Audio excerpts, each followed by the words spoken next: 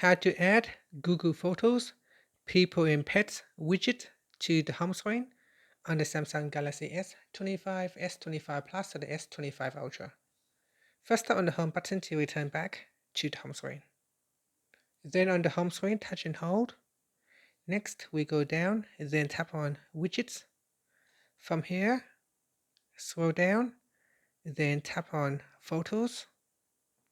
After that, drag the People and Pets widget and drop it onto the home screen like this.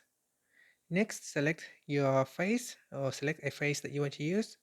Here, so you can choose up to 10 faces. New and existing photos containing any of these faces will be automatically added to this widget. Now tap on the confirm button and then select a frame style. And here you can also resize the frame to make it smaller or larger. And that's it. After that, you can tap on the home button to return back to the home screen. Thank you for watching this video. If you found it helpful, please like and subscribe to my channel for more videos.